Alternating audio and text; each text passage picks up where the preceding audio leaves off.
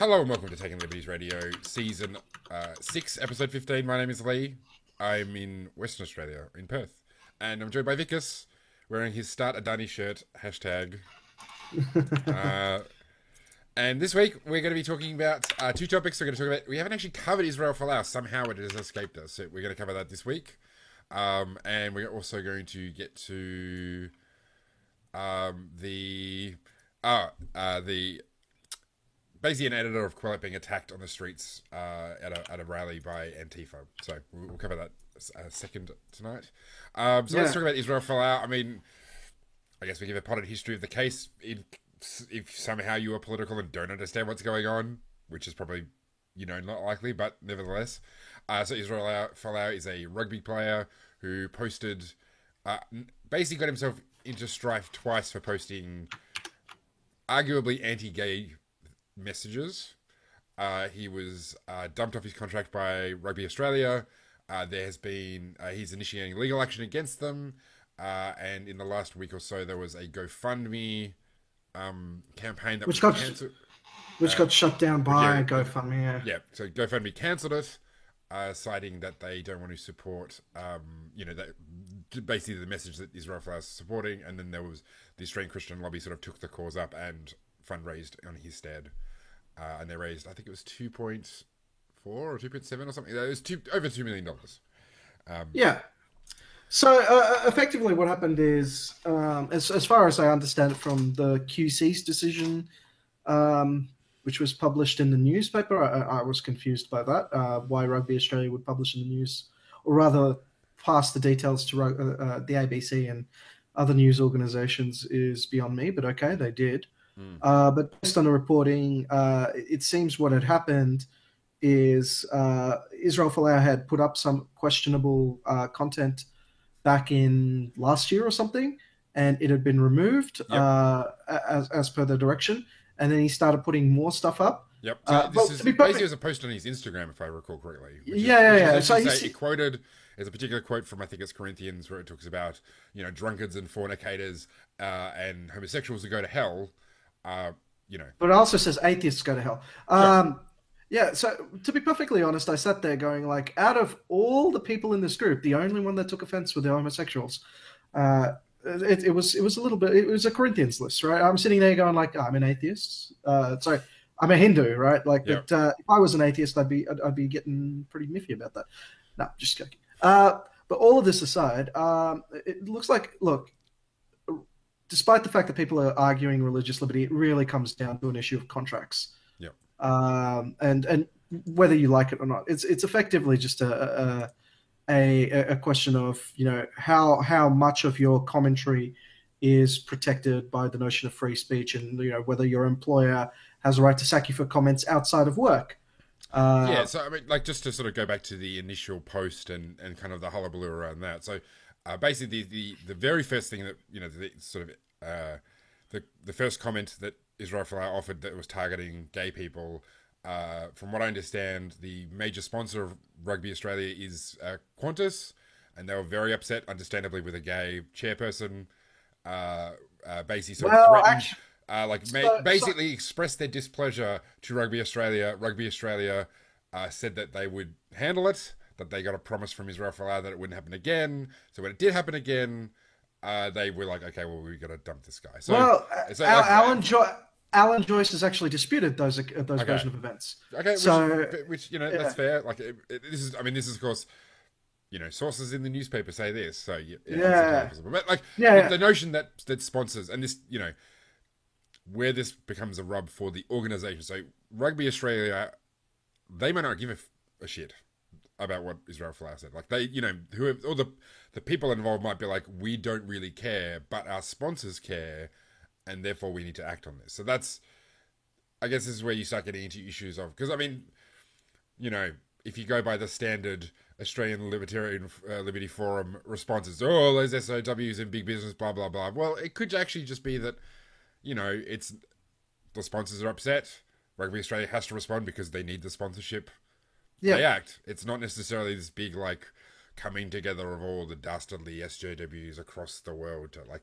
Well, no, look, it kind of is, but it's like it's one of those things where you say like, yeah, it's a conspiracy theory, but like it's not really like one of those cookie, like there's black helicopters. It's not the lizard people have taken. Yeah, it's not. Yeah. It's not a lizard person conspiracy. It's an active and open conspiracy, right? Like it's pretty much just a case of, hey, I'm a sponsor. I am upset by this. Yeah. I want you to not do this. Yeah. Right? It's still a conspiracy. It's just not like it's not a nefarious conspiracy. Yeah. So I sit there, and I sit there and go like, it's a conspiracy, but it's not that big a deal. And like to be perfectly honest, I sit there and go like, I understand where they're coming from. But personally, look, I think Alan Joyce basically cut that entire argument. So he did an interview last week. I think it was on Tuesday or Wednesday. And he basically said, no, I had nothing to do with it. Right. It was pretty much along the lines of, look, we're sponsors, yes, and we're a little bit upset by that, but like, it's neither here nor there. We're not going to tell Rugby Australia what to do. Yeah. And that was based on the fact that he does. Look, I think a lot of criticism has been. Look, Alan Joyce is on his way out right now, and a lot of criticism has been leveled against him for basically playing politics effectively with Qantas. And he's basically on his way out. He's trying to get the maximum package he can without rocking the boat. Yeah. So he's going to be very much distancing himself from this entire thing. Yeah, possibly. So I mean, it could be the case, but he's very much publicly very much distancing himself from any decision that Rugby Australia is making. So that argument completely got cut. But as far as like this 3 QC panel that was like convened to discuss this entire thing, they said, okay, there's a major breach, right? And therefore his contract has to be terminated. That's their internal arbitration system. Yep. Now, the Section 394 and Section 395 of the Fair Work Australia Act basically stipulates conditions around unfair dismissal, right? And there's basically a very restrictive set of circumstances that you can terminate someone's contract and not pay them out. Yep. Right? It's a very, very small set of conditions. I don't know exactly what they are. They're not listed in the Act, but basically the Act kind of says there is a restrictive list of reasons by which you can terminate a contract unfairly, or the terminology is basically without pay or whatever it is. And his lawyers are basically contending that this is one of those such cases, is that they're free to terminate his contract. They absolutely agree. You can terminate the contract. You just need to pay out his $4 million. Yep. Which to me probably is correct. I'm not totally versed in this area of law, but like I'm thinking, I've seen people get fired for fucking up majorly and they still get paid out of their contracts. Yep. So, I mean, I would have imagined the law is pretty broad in terms of it's pretty restrictive in terms of when someone can get fired and they don't, like, I'd imagine theft. I'd imagine actual crimes. Well, yeah. I mean, which, I mean, presumably, yeah. So, like, it's one of those things that I'm sure even those people who want to dick around with industrial relations don't necessarily want to go after this kind of contract, because this is the sort of thing of where people should have a lot of freedom to negotiate and should have a lot of freedom to ask for different conditions, because, I mean, at least the rhetoric around industrial relations is protecting, the worker. A guy in a $4 million rugby contract is not a wolf worker. He's not one of us plebs. He's not a pleb. I'll grant that it's not a pleb, but in terms of the way that the relationship is structured, he's technically a worker. Technically. Yeah. Oh, sure. Yeah, but it's just to say, like, it's not the poor. He's not a poor downtrodden. And that's actually something that surprised me. Member of the proletariat, like that's actually something that's really surprised me, is the number of Labor supporters that thought that there was there was an income cap after which the Fair Work Australia Act doesn't apply. Yeah. I shit you not. And there are some people who are on my Labor list going, hey, I said that, but I obviously didn't know any better. Yeah. And I'm there going like, why would you think the Fair Work Australia stops after you go up a certain amount of money? Yeah. Right? I mean, what on earth makes you think that that's how it works? So, yeah, I mean, like, the Fair Work Australia Act actually technically protects all the way up to CEOs, right? Sure. Yeah. So so like it's all encompassing, and basically, I think Section 395 basically says something along the lines of you can't contract out of the law. So even if your contract says you'll agree to something without Fair Work Australia, guess what? That's null and void because of the Fair Work Australia Act. Sure. So so you can't contract out of the law, and Fair Work Australia, the courts ultimately have the say over what restrictions you can get fired over. So this is what his side is arguing, as far as I can tell. And like I said, I sit there and I go, okay, look, I want him to lose, right?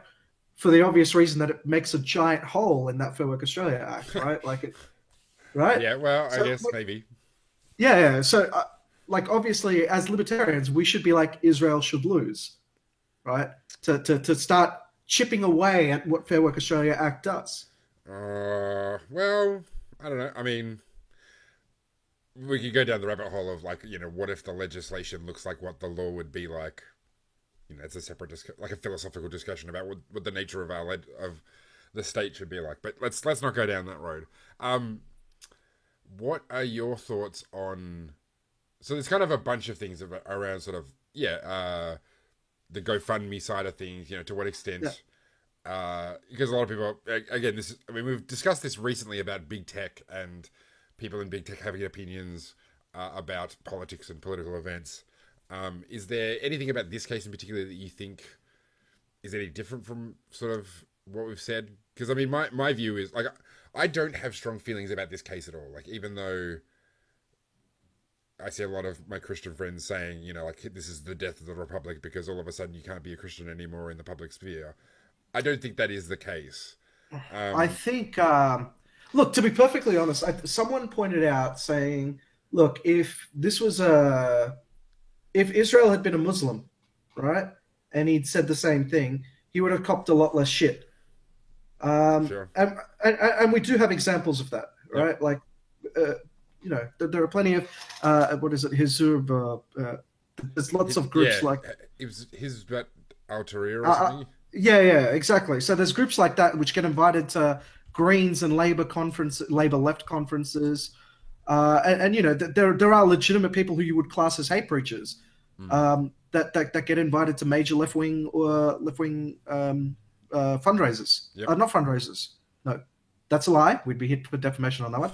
Not fundraisers, just events. Yeah. Open events. Sure. Yeah. Right.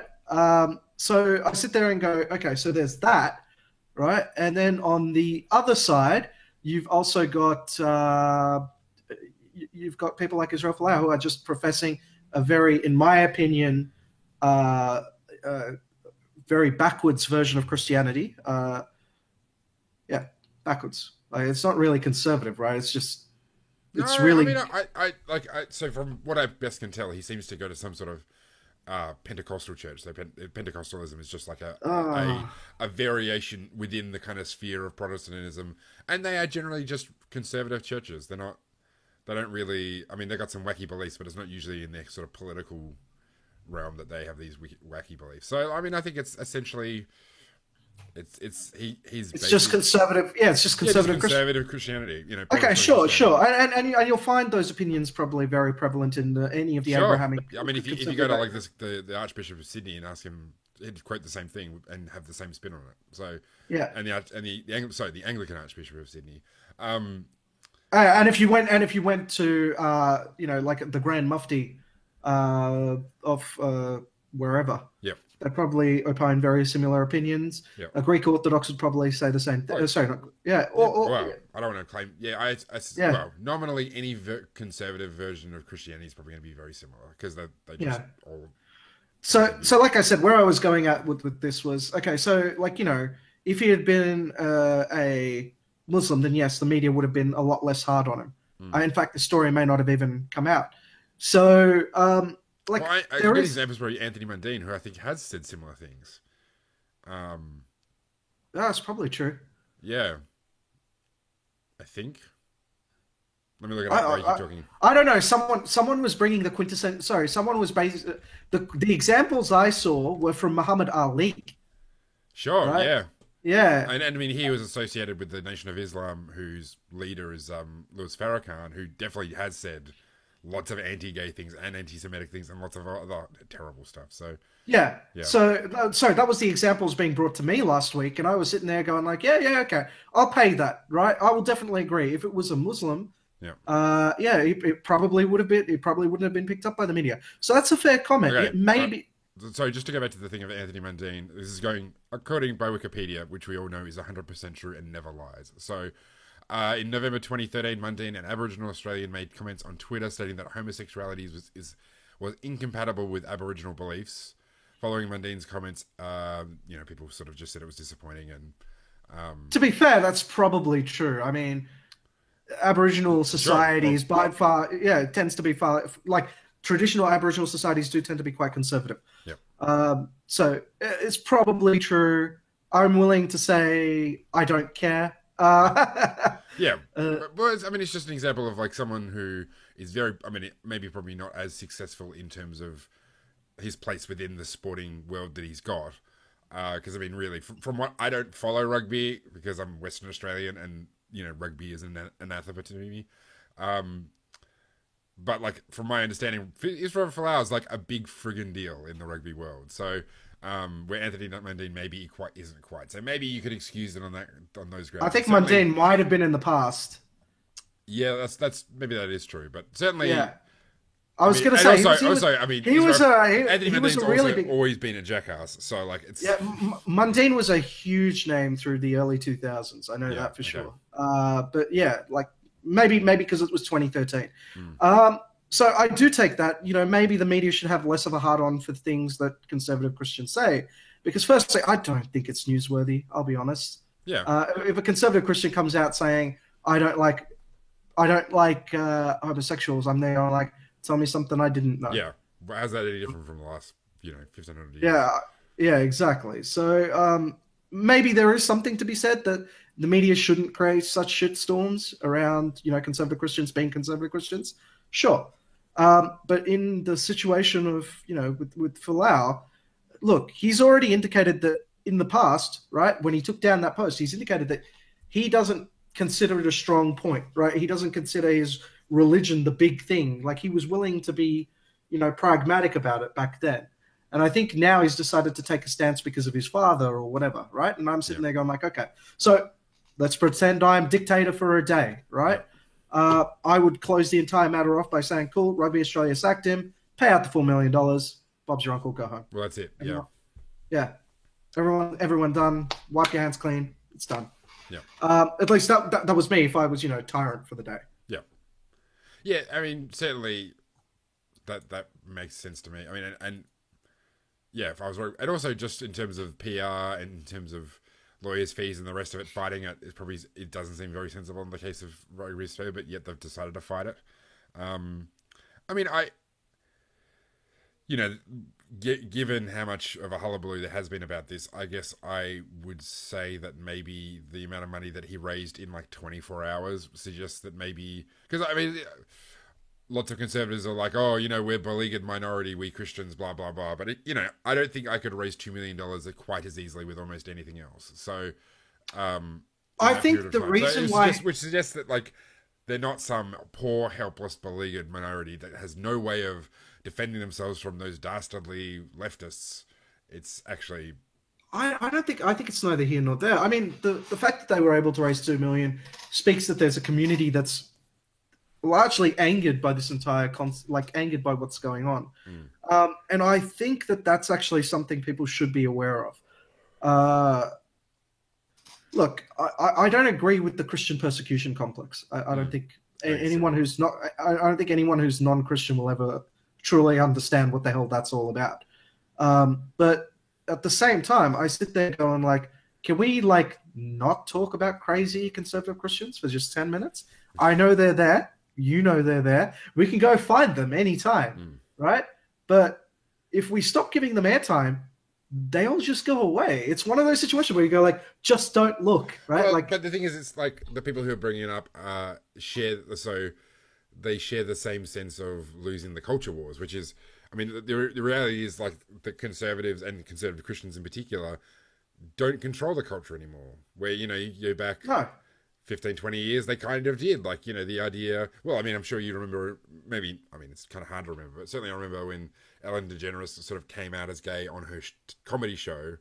It was a big deal. Like, the idea of prominent gay people... So, by the time... And of positive descriptions of gay people within the media. No, that did not really happen in the 90s. I agree with that. And when Ellen actually came out, that was well and truly after the age of the moral majority and, the Christian right being in power. The Christian right have not been in power pretty much. The Christian right kind of lost their power at about the 89, 90 point. Right? Yeah. Okay. And really, I don't credit Ellen DeGeneres or any of those comedians that came out with being responsible for. Yeah. No, I'm not saying that she's responsible. Just to say that, like, it was very. I mean, it's from my recollections because this is when I was a kid. Like, there wasn't much in the way of positive representations of gay people within the culture. Yeah. And that was probably one of the first notable ones because it was a primetime show. At the time, I would actually say Will and Grace was probably the very. Actually, first. That's probably another one. Yeah, but like similarly, and that was late 90s. Yeah. Actually, I thought Will and Grace. Anyway, at least of a main character and of a known media person. But nevertheless, it's not something like we think of representation of gay people now as being ubiquitous. I was right. 1998. Okay. So yeah, that is just to say that. There was a time where conservatives did rule the roost when it came to media, and whether gay people were tolerable within that space. They are, now the shoe's on the other foot, and the conservatives are upset about it. So to be perfectly honest, they're going about it the wrong way anyway. So if you take a look at it, so when the moral majority existed, the conservative Christians did rule the roost, right? It was people like George Carlin and Bill Hicks and those kind of people, those comedians in the 70s, 80s, and 90s, right? That would come out and just did stand-up routines, just taking the piss out of what these people believed, right? Kind of like an emperor does, the emperor's not wearing any clothes sort of situation. Actually, that George Carlin skit, what was it? 10 words you can't say on TV. Yeah. Yep. Yeah. I like most people would say like that's when the religious right started losing their power. Because because that skit, right, was pretty much just like it just pointed out the absurdity of what they believe. Like these words are just not something that you can say. Maybe. I mean, I think that would actually be. I thought that was the 70s when he gave that. Yeah, he did do it in the 70s. That's my point. That's when they started losing it. Sure, maybe. I mean, I mean, these things we're talking about very long-term trends. So, like, it seems like I guess it's one of those things that like. In the space of a few years, we've had the legalization of gay marriage, and we've had a marked change in the culture. But people forget it happened over a long time. So if you take a look at gay marriage itself, the fight for gay marriage, despite the fact that most people aren't aware of this, began in 2004 itself.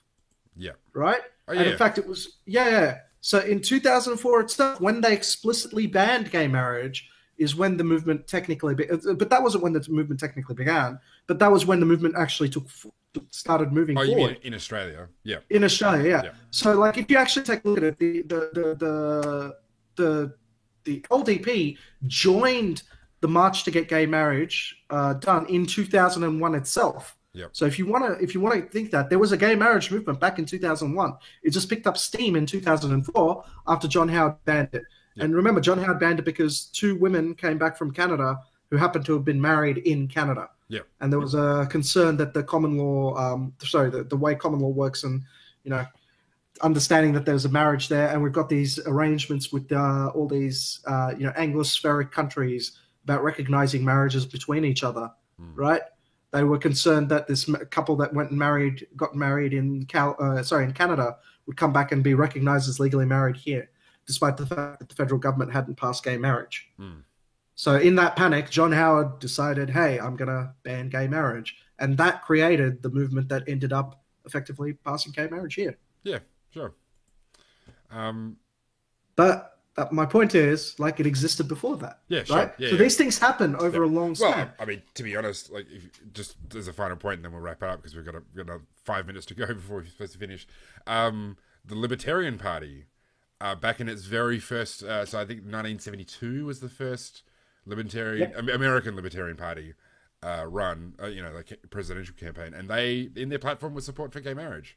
So if you want to get to really radical support for these ideas, you can go a lot further back. Like I think even if you go, to the early parts of last century. I mean, I think. Well, I think that's the entire concept, right? Like the Overton window is just shifting constantly, right?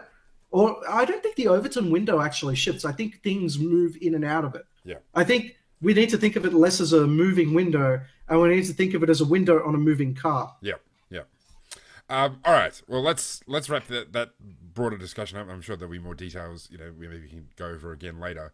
But let's talk about now. I'm going to say Andy Ngo. I think it's just Andy Go. I think. Yeah. Anyway, it's a Vietnamese surname. I don't know how to pronounce Vietnamese surnames. He is a editor and a journalist at Quillette, which is kind of a. I think they call it centrist, but it's kind of like a center-right-ish sort of media outlet. And he is a journalist in America who goes around documenting Antifa. Yeah, that's what he does. And he documents their attacks. He claimed he posted on Twitter about it, but I think there's been footage that's confirmed what happened, which he was attacked, had his gear stolen by people at a rally, and so I guess we're going to talk about. Well, I guess we can talk about this in sort of milkshaking as well. I don't think we've really quite covered that. So we've got in the remaining 4 minutes. Let's talk about political violence. Do you want to go first? Yeah. Look, to be perfectly honest, I think it's come to the stage where cops just need to lock these guys up. They're clearly just rioting. Sure. It's not a protest. It's not a protest when you're violently assaulting people around you, right? That's a riot. I mean, the thing is, I presume that this rally was bigger than just. Because often at these rallies, there are lots of cops, but not enough to contain everybody. Like it's not like these big. Like something like the Unite the Right. I mean, that was a huge rally, like massive. There's no way the cops can like monitor every single thing that's going on and stop every scuffle. Sure. And with the milkshake attacks, I'm going to call them attacks. They are attacks on politicians in the UK. There are police nearby, but when somebody runs out of a crowd and throws a milkshake at a politician, like that's hard to stop. So I think part of this is just the fact, you could say, oh, lock them up. Yeah, but you need to have cops immediately there. And if a guy gets ambushed away from where the cops are, there's not going to be cops there immediately. No, and that's the point. No, I'm not talking about the milkshakers. Look, to be perfectly honest, I want them to keep milkshaking because the more they milkshake, the more they basically push people. I'm getting people now right here in Canberra. Right? So I wear shirts like this, right? Out there just to antagonize people. Well, not really antagonize. I like to start conversations. I'm getting people who are very left-leaning who go like, so what is the LDP about? Yeah. Right? And then, when you have a conversation with them and they're going like, oh, cool. Like people just kept saying you guys were fascists. I go like, really? You think I'm a fascist? And then, you kind of had this conversation. So for a while, these people have just been shouting fascists. And just shouting people as fascists, and that's when people stop listening. However, now that they're shouting fascists and chucking milkshakes, people are sitting there going like, I think I know what fascism means, but I'm pretty sure you don't need to throw, milkshakes at fascists. I'm pretty sure you don't need to. Yeah. Right? If they're sitting there and taking it, they're clearly not fascists, right? Because a fascist would point a gun and shoot at the other guy. Sure. Right? So, I mean, just to be clear, I don't care about the milkshakers. Yep. I only care about the guys conducting the assaults. Leave the milkshakers alone. They are the best asset any right-wing movement has right now. I mean, it's all tied to the extent, and this really gets back to the Richard Spencer getting punched, back whenever when Trump got elected. How should we deal with people who want to assault others because of what they say? Or in the case, I guess this guy from Quillette is saying things. He's reporting on what's going on. I think for me, part of it is, there's a lot of attention on it. There's a lot of heat that comes with it. But it's actually not that big a deal in the sense that it's not very widespread. So, I argue against milkshake and I argue against Egg Boy on the basis that we don't want more violence in the political process. But I guess the counterpoint to me is that it's actually not happening that much. Like, it's very rare when these things happen, and it's very notable, and it's discussed a lot. It's a bit like school shootings, or it's a bit like, very rare events that just get lots of attention. Yep. And so in that regard, I'm not overly concerned. Like, I feel bad for, like this guy's had to go to the hospital, and he had his shit stolen, which is not cool.